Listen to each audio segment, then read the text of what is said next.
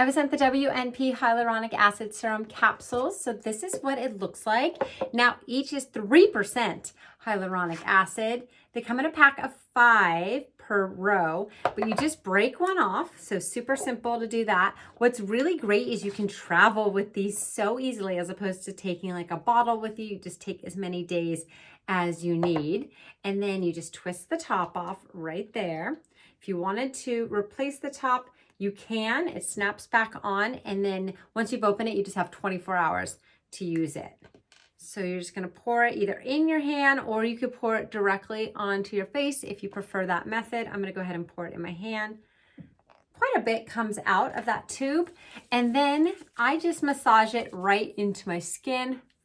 It absorbs really quickly, and what hyaluronic acid is great for is hydration and really working on plumping any fine lines and wrinkles. So I always do my neck area. There we go. And 1 tube is plenty. I actually have a little bit extra. So I'm just gonna rub that in, and then anything extra I always put on the back of my hands. And that's it. It is so simple. These are great, and I think you're gonna love using them.